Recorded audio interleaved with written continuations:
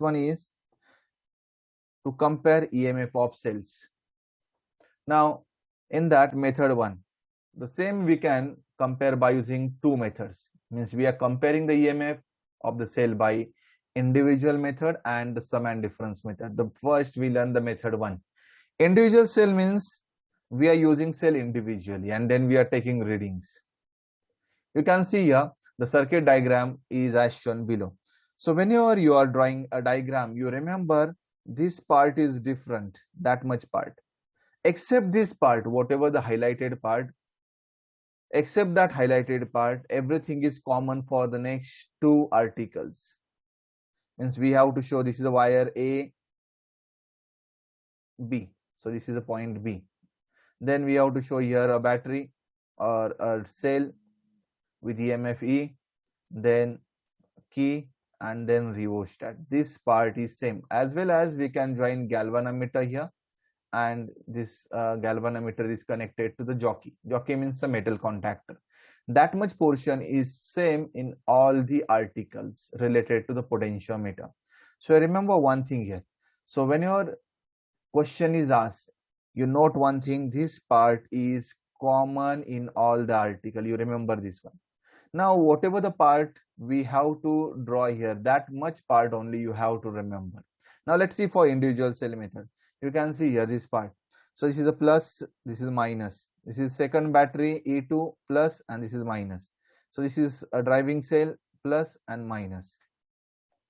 Now, so you can see here E1, E2, these are the cells, K1, K2 keys, G is a galvanometer, etc. Now the first thing. So you remember one thing here. So first, we have to connect cell E1 because it's the individual cell method. The name is individual cell. So individual cell method. So individually we have to connect the cell. So cell E1 in the gap 1 of the key, gap 1 of key K1 is closed. So we have to connect this cell E1 to the galvanometer. So we have to close this key. You can see K1. So when we close this key, this cell E1 is connected to the galvanometer and K2 is open that time, that you note. And then we have to find out the point on the wire such that this galvanometer is showing zero deflection. So when we get such point, then the length A to that point we have to measure. So let me name that L. So L1, L2 you can name it. So let I name it L1. So when we connect cell E1, that time length L1. Then as we get L1, what galvanometer is showing zero deflection. It means that this EMF E1, we connected E1 and we find out the balancing point. It means that E1 balances this potential difference. So I can write like this way also. So E1 is equal to potential difference across this wire A, let I name this point P, AP. So you know that potential difference across wire AP is equal to what? K into L1. So just we learn the principle. So we get this point, equation number 1. So how we get this one? Because here galvanometer is showing zero deflection, it means that this cell of EMF E1 balances this potential difference across AP. So E1 is equal to VAP. So E1 is equal to KL1, equation number 1. So here it is written directly, you can see. Now similarly, now it's an individual cell. Now we have to remove this K. We have to remove this key K1. And then after that, we have to connect this key, means we have to close this key K2.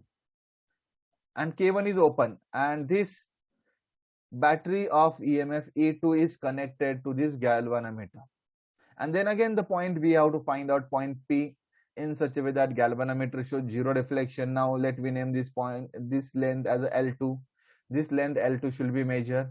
As we get length L2, we can write here this EMF across, means EMF E2 balances potential across this AP. And you know that by the principle of potentiometer, we can write VAP is equal to KL2. So this is equation number 2. So we get equation 2. You can see here it is written directly here. So this is equation 2. Now after that, we have to process this equation. So dividing equation 1 by 2. So we get E1 by E2 is equal to, so this 1 divided by 2. So K is common here, so K get cancelled. So we get E1 by E2 is equal to L1 by L2. And by using this, we can compare the EMF of two cells. Compare means taking a ratio that you remember. So means this EMF E1 and E2 we compared by using a potentiometer. So in your practical syllabus, you have to do this experiment. So you try to remember this article very well. So this is a theory part, but you have to do actually compare